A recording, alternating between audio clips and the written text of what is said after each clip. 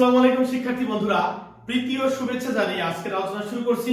আজ আমি আলোচনা করব একাদশ শ্রেণী হিসাব বিজ্ঞান প্রথম পত্রের দ্বিতীয় অধ্যায় নিয়ে, যে অধ্যায়টি হিসাবের বৈষম্য সংক্রান্ত। এই অধ্যায়ে জাবেদার উপরে আজ আমি আলোচনা করব। শিক্ষার্থী বন্ধুরা, তোমরা জানো ইংরেজি জার্নাল শব্দের বাংলা হচ্ছে জাবেদা। কেউ কেউ আমরা দুষ্টুমি করে বলে থাকি জবেদা, কেউ বলে সফেদা বা সবেদা। তোমরা জানো সফেদা হচ্ছে একটি ফল, যে ফলটি অতি মিষ্ট। যদি সফেদার মতো আমাদের হিসাব বিজ্ঞান আমাদের কাছে ভালো লাগাতে হয় বা মিষ্টি লাগাতে হয়, তাহলে জাবেদার কোনো বিকল্প নাই। অর্থাৎ ব্যবসায়ী শিক্ষা বিভাগের শিক্ষার্থীদের, অর্থাৎ একাদশ শ্রেণী থেকে শুরু করে মাস্টার ডিগ্রি পর্যন্ত যারা বিজনেস ফ্যাকাল্টি শিক্ষার্থী, তাদের জন্য এই জাবেদা অত্যন্ত গুরুত্বপূর্ণ।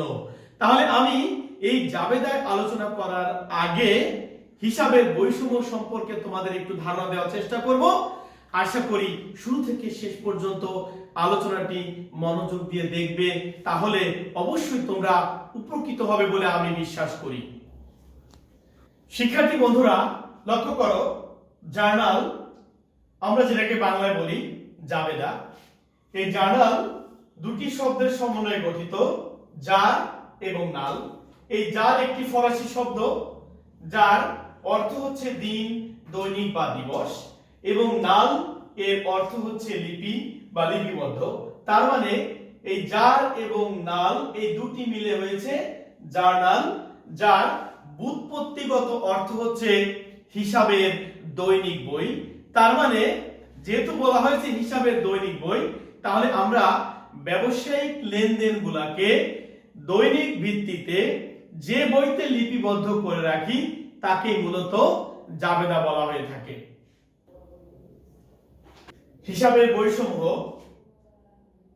বৈষম্যকে প্রধান দুই ভাগে ভাগ করা হয়: বিশেষ জাবেদা, প্রকৃত বা সাধারণ জাবেদা।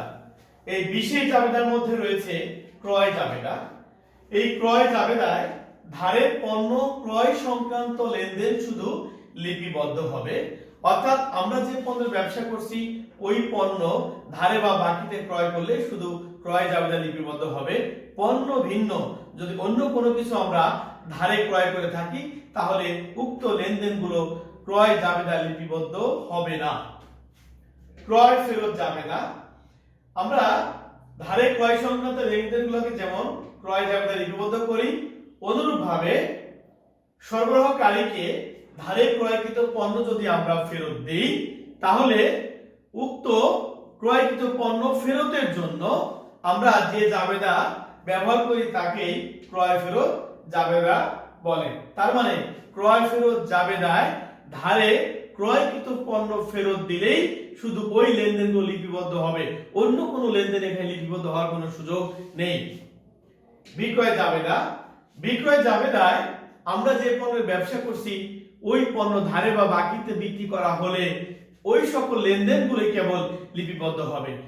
পণ্য ভিন্ন যদি অন্য কোনো সম্পত্তি আমরা বাকিতে বিক্রি করি, তাহলে ওই বিক্রয় সংক্রান্ত লেনদেন বিক্রয় জাবেদায় অন্তর্ভুক্ত হবে না। বিক্রয় ফেরত জাবেদা, ধারে বিক্রিত পণ্য যদি ক্রেতারা ফেরত দিয়ে থাকে, তাহলে উক্ত ফেরতকৃত পণ্যের মূল্য হিসাবভুক্ত করা হয় বিক্রয় ফেরত জাবেদার মাধ্যমে। তার মানে এই বিক্রয় ফেরত জাবেদায়ও আমরা যে পণ্য বাকিতে বিক্রি করেছিলাম ওই পণ্য ফেরত আসলে শুধু সেগুলোই লিপিবদ্ধ করা হবে। বিক্রয়কৃত পণ্য অর্থাৎ যেগুলো আমরা ধারে বিক্রি করেছিলাম, এই ধরনের ধারে বিক্রিত পণ্য ভিন্ন যদি অন্য কোনো কিছু বাকিতে বিক্রি করা হয়, সেগুলো যদি ফেরত আসে, তাহলে বিক্রয় ফেরত জাবেদায় লিপিবদ্ধ হবে না। নগদ জাবেদা, এই নগদ জাবেদায় নগদ সংক্রান্ত লেনদেন অর্থাৎ নগদ আগমন, নগদ নির্গমন এই জাতীয় লেনদেনগুলো লিপিবদ্ধ করা হয়। তবে এই নগদ জাবেদাকে আবার দুটি পদ্ধতিতে ভাগ করা হয়: সনাতন পদ্ধতি এবং আধুনিক পদ্ধতি। এই সনাতন পদ্ধতি অনুযায়ী আবার এক ঘর নগদান বই, দুই ঘর নগদান বই, তিন ঘর নগদান বই, খুচরা নগদান বই। এই খুচরা নগদান বইয়ের মধ্যে আবার দুটি ধাপ আছে: সাধারণ খুচরা নগদান বই আরেকটি হচ্ছে অগ্রদত্ত খুচরা নগদান বই। কিন্তু আধুনিক পদ্ধতিতে নগদ প্রাপ্তি জাবেদা এবং নগদ প্রদান জাবেদা এই দুই ভাগে আবার ভাগ করা হয়ে থাকে। এই নগদ প্রাপ্তি জাবেদায় নগদ প্রাপ্ত সংক্রান্ত লেনদেন অর্থাৎ যে কোনো উৎস থেকে নগদ পাওয়া গেলে আমরা এই নগদ প্রাপ্তি জাবেদায় অন্তর্ভুক্ত করব। অনুরূপভাবে যে কোনো সোর্সের কারণে নগদ টাকা যদি চলে যায় তাহলে আমরা এই নগদ পরিশোধ জাবেদার মাধ্যমে সেগুলোকে হিসাবভুক্ত করব। প্রকৃত বা সাধারণ জাবেদা, এই প্রকৃত বা সাধারণ জাবেদার মধ্যে আবার রয়েছে প্রারম্ভিক জাবেদা। যদি একটি চলমান ব্যবসা প্রতিষ্ঠান হয় অর্থাৎ যেই ব্যবসা বা কারবার দীর্ঘদিন ধরে ব্যবসা করছে, ওই ধরনের প্রতিষ্ঠান কি করে, তার বিগত বছরের শেষে যে সকল সম্পদ দায় মূলধন ছিল ওই সকল সম্পদ দায় মূলধন নিয়ে যখন নতুন বছরের প্রারম্ভে আবার ব্যবসা শুরু করে তখন বিগত বছরের সম্পদ দায় এবং মূলধন এর জন্য যে দাখিলা প্রদান করে এই বছরের শুরুতে তাকে প্রারম্ভিক দাখিলা বলা হয়। সংশোধনী জাবেদা, তার মানে অনেক সময় দেখা যায় কিছু কিছু লেনদেন হিসাবভুক্ত হতে একদমই বাদ পড়ে যায়, আবার কিছু কিছু লেনদেনের টাকার পরিমাণ কম বা বেশি লেখা হয়, অথবা কোনো হিসাব খাত একদমই হিসাবভুক্ত করা হয় না।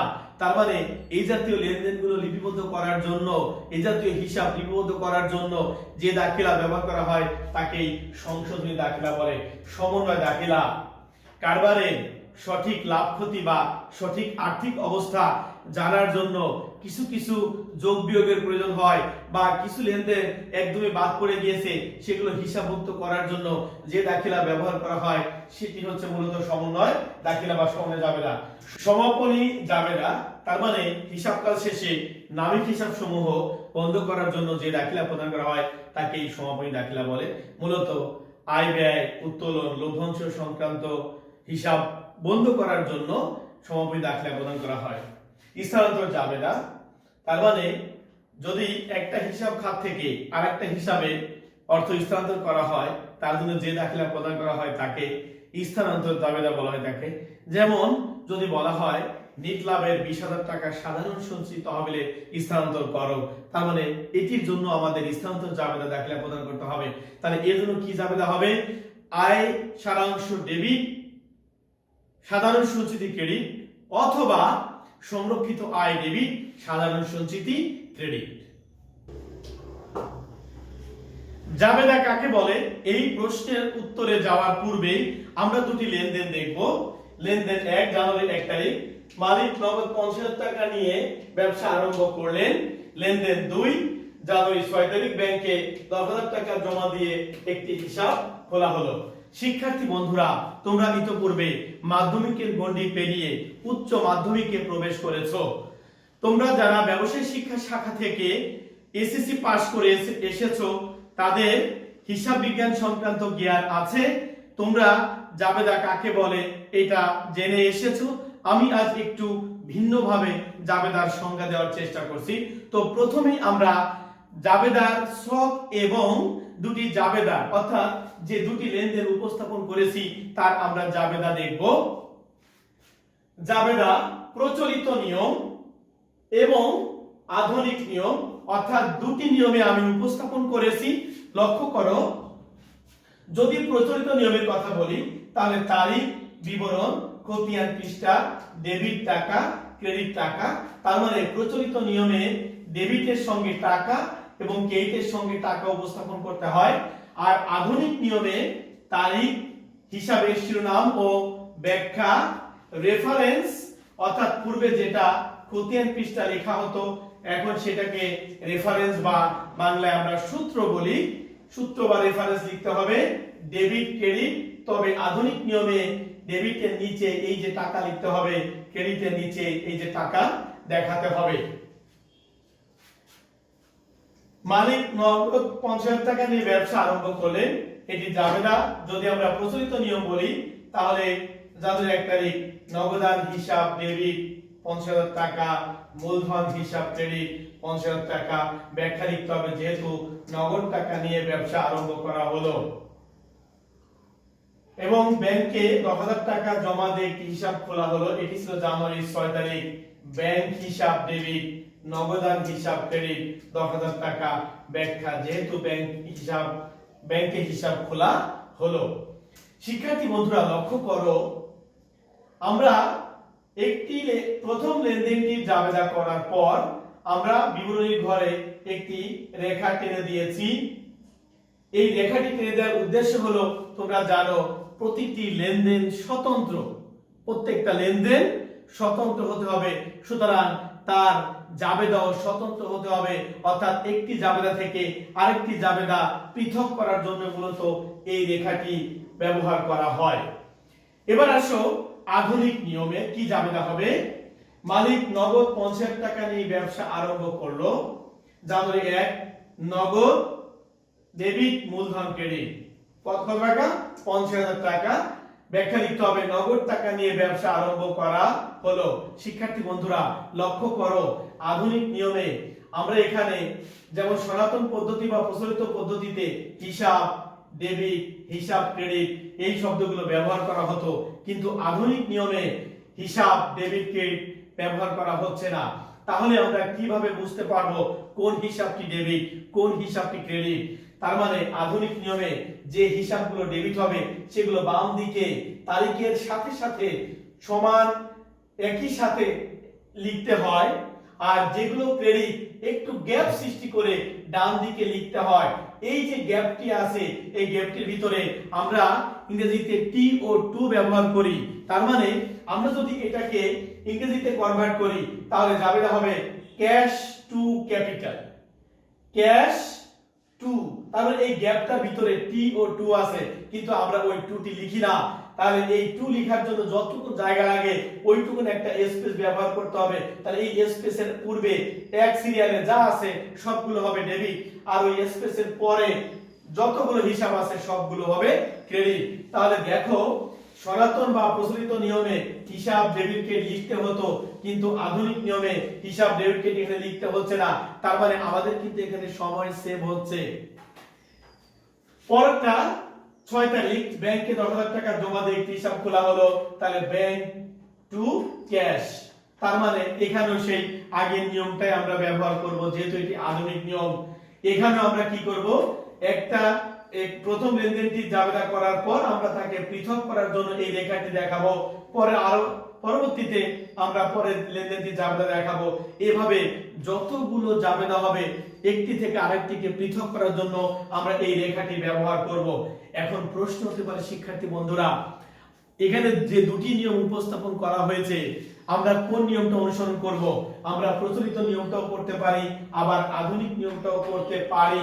তবে পরীক্ষার প্রশ্নে সাধারণত উল্লেখ থাকে না যে কোন পদ্ধতিতে জাবেদা করা হবে। সেই ক্ষেত্রে আমার পরামর্শ হচ্ছে তোমরা আধুনিক পদ্ধতি বা আধুনিক নিয়মটা অনুসরণ করবে। তাহলে কি হবে, আমরা উচ্চ শিক্ষার ক্ষেত্রে দেখি এই আধুনিক নিয়মটাই ব্যবহার করা হচ্ছে। এই জন্য তোমরা যদি এখন থেকেই আধুনিক নিয়মটা অনুসরণ করো তাহলে পরবর্তী পর্যায়ে শুধু বাংলাকে ইংলিশে কনভার্ট করলেই হয়ে যাবে। এবার আসো, তাহলে জাবেদা কাকে বলে? দেখো, আমরা যদি সাধারণ অর্থে বলতে চাই, কারবারি বা ব্যবসায়িক সংগঠিত লেনদেন সমূহ হিসাবের বইতে লিপিবদ্ধ করাকে জাবেদা বলে। কিন্তু যদি আমরা ব্যাপক অর্থে সংজ্ঞা দিতে চাই তাহলে এই আধুনিক নিয়মে আসো, আমরা এই সবটা থেকেই জাবেদার সংজ্ঞা দিতে পারবো। তাহলে কিভাবে? দেখো, আমরা যে দুটি লেনদেন দেখিয়েছি এই দুটি লেনদেন অবশ্যই ব্যবসায়িক লেনদেন। তাহলে আমরা বলতে পারি যে ব্যবসায়িক লেনদেন সমূহ সংগৃহীত হওয়ার পর তারিখের ক্রম অনুসারে বা ক্রমান্বয়ে ডেবিট ক্রেডিট বিশ্লেষণ করে সমপরিমাণ অর্থ দ্বারা সংক্ষিপ্ত ব্যাখ্যা সহ যে বইতে লিপিবদ্ধ করা হয় তাকে জাবেদা বলে। তাহলে আমরা এই সংজ্ঞাটি যদি লিখতে চাই কিভাবে লিখতে পারি? দেখো, কারবারি লেনদেন সংগৃহীত হওয়ার পর তারিখের ক্রমান্বয়ে ডেবিট ও ক্রেডিট বিশ্লেষণ করে সমপরিমাণ অর্থ দ্বারা সংক্ষিপ্ত ব্যাখ্যা সহ যে বইতে লিপিবদ্ধ করা হয় তাকে জাবেদা বা জাবেদার অনেকগুলো বিকল্প নাম আছে। প্রাথমিক বই। এই প্রাথমিক বইকে আমরা প্রথম পর্যায়ের বই বা প্রথম দাখিলার বই বা দৈনিক বই বা সহকারী বই বা মূল বই বলে থাকি। শিক্ষার্থী বন্ধুরা, যখন বলা হয় লেনদেনগুলোকে জাবেদা দাখিলায় দেখাও, তোমরা সহজে জাবেদা করতে পারো। সমস্যাটা হয় কোথায়? যদি কখনো বলে লেনদেনগুলোকে প্রাথমিক বইতে লিপিবদ্ধ করো, অথবা প্রথম পর্যায়ে বইতে লিপিবদ্ধ করো, অথবা প্রথম দাখিলার বইতে লিপিবদ্ধ করো, অথবা দৈনিক বইতে লিপিবদ্ধ করো, অথবা সহকারী বইতে লিপিবদ্ধ করো, অথবা মূল বইতে লিপিবদ্ধ করো। যেহেতু আমাদের এখন সৃজনশীল প্রশ্ন, এই ধরনের রিকোয়ারমেন্ট চাওয়া হতে পারে, সেই ক্ষেত্রে বুঝতে হবে যে আমাদের জাবেদাই করতে বলা হয়েছে। এই জন্য আমাদের বিকল্প নামগুলো সম্পর্কে ধারণা থাকতে হবে। এবার আসো, এই বিকল্প নামগুলো কেন বলা হচ্ছে? যেহেতু প্রথমে বলা হয়েছিল যে যার অর্থাৎ দিবস বা দিন অর্থাৎ বা দৈনিক, তার মানে দৈনিক ভিত্তিতে আমরা যে বইতে লিপিবদ্ধ করব তাকেই মূলত জাবেদা বলে। তাহলে এই আমরা লেনদেনগুলো সংগৃহীত হওয়ার পর সর্বপ্রথম জাবেদা লিপিবদ্ধ করি, এজন্য এটাকে প্রাথমিক বই বলা হয়। দৈনিক বই বলতে পারি, এটা দৈনিক ভিত্তিতে লিপিবদ্ধ করা হচ্ছে লেনদেনগুলোকে। সহকারী বই বলতে পারি। সহকারী বই বলার কারণটা কি? সহকারী বইটা বলার কারণ হচ্ছে যেহেতু জাবেদার পরবর্তী ধাপ হচ্ছে খতিয়ান, তাহলে খতিয়ানের কাজকে সহায়তা করছে কে? জাবেদা। এই জন্যই মূলত জাবেদাকে সহকারী বই বলা হয়। তারপর বলা হয়েছে মূল বই। শিক্ষার্থী বন্ধুরা, তোমরা লক্ষ্য করো, এটি একটি গাছ, এর অনেকগুলো শিকড় আছে, যা যে কি করে এই গাছটিকে আঁকড়ে ধরে রাখে। তার মধ্যে একটি আছে মূল, একটি হলো মূল। তার মানে এই মূল ছাড়া এই গাছটি চলতে পারে না, বাঁচতে পারে না। অনুরূপ ভাবে যখনই লেনদেনগুলো সংগৃহীত হয়, তখনই আমরা প্রথমে যেহেতু জাবেদার বইতে লিপিবদ্ধ করে থাকি, যেটাকে আমরা মূল বলছি, মানে এটা দিয়ে যাত্রা শুরু হয়ে থাকে। শিক্ষার্থী বন্ধুরা, আজকের আলোচনাটি শুরু থেকে শেষ পর্যন্ত মনোযোগ সহকারে দেখেছো, এই জন্য তোমাদেরকে আন্তরিকভাবে ধন্যবাদ জানাই। তবে জাবেদা প্রস্তুত করার বিভিন্ন কৌশল নিয়ে শীঘ্রই আসছি। ততদিনে পরিবারের সদস্যদের নিয়ে নিরাপদে থেকো, ভালো থেকো, সুস্থ থেকো, এই কামনায় আজ যাচ্ছি। তবে শীঘ্রই আসছি। আল্লাহ হাফেজ।